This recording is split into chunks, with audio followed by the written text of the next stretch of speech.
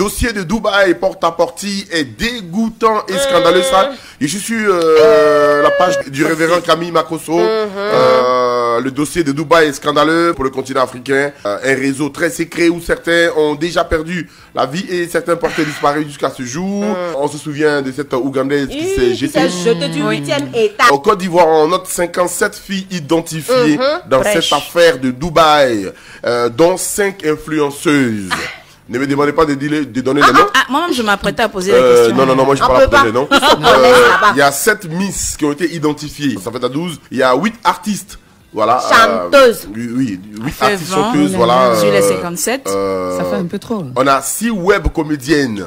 Oh là là. 6 web comédiennes. On a 16 tiktokeuses. Ça 16 tiktokeuses. Ma tête commence à me faire On a mal. Je suis pas 7 champion en calcul mental. 7 mannequins. Et tenez-vous bien, on a 2 animatrices télé-chroniqueuses. Deux animatrices télé-chroniqueuses. Rassurez-vous, on n'est pas concerné. La RTI n'est pas concernée. On ne peut pas se... Ici, ça n'existe pas. Voilà. Donc, avant de poursuivre, parmi les noms qui ont été cités, on a cité Edorsi Yao. C'est ça. Elle est en ligne. Edorsi, bonsoir. Bonsoir. On est très heureux de t'avoir en direct sur Radio Côte d'Ivoire depuis quelques heures. Ton nom en figure. Ton nom pleut. Voilà, parmi les filles citées pour cette histoire de Dubaï.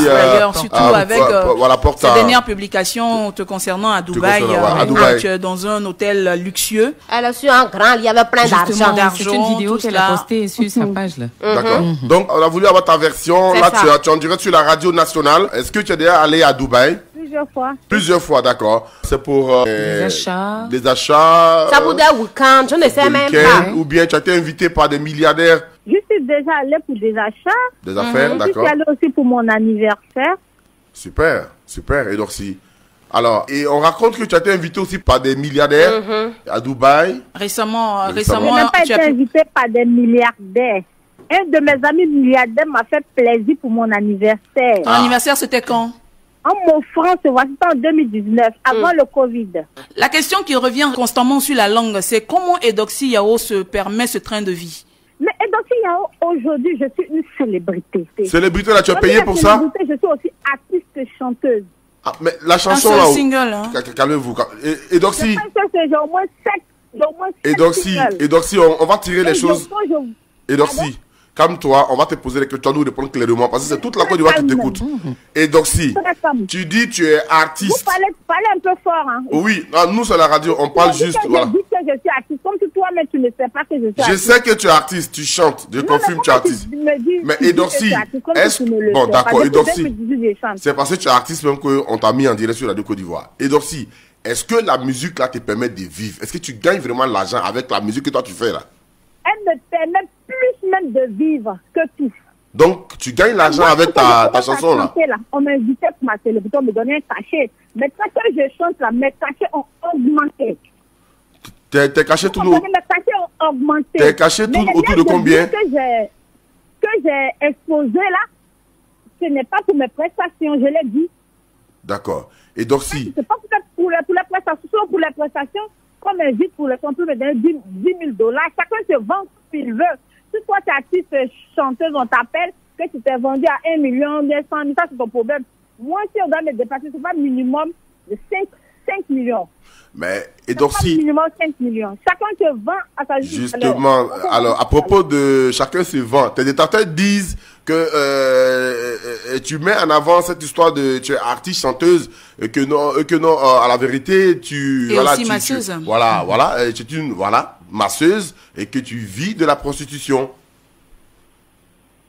Je suis esthéticienne diplômée d'État. Je le sais. Diplômée d'État, hein?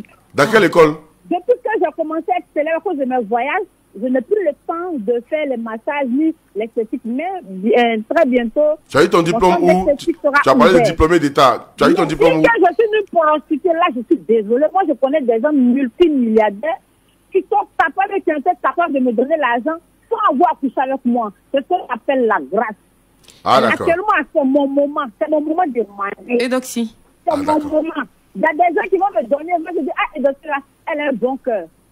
Moi, j'ai plusieurs sortes de fans. J'ai des fans très nantis. besoin de ton argent. Et donc si on peut... Il y a un artiste ici qui va dire qu'il n'a pas de fans. De parrain. Il y a des fans qui vont les offrir des maisons, des voitures de luxe.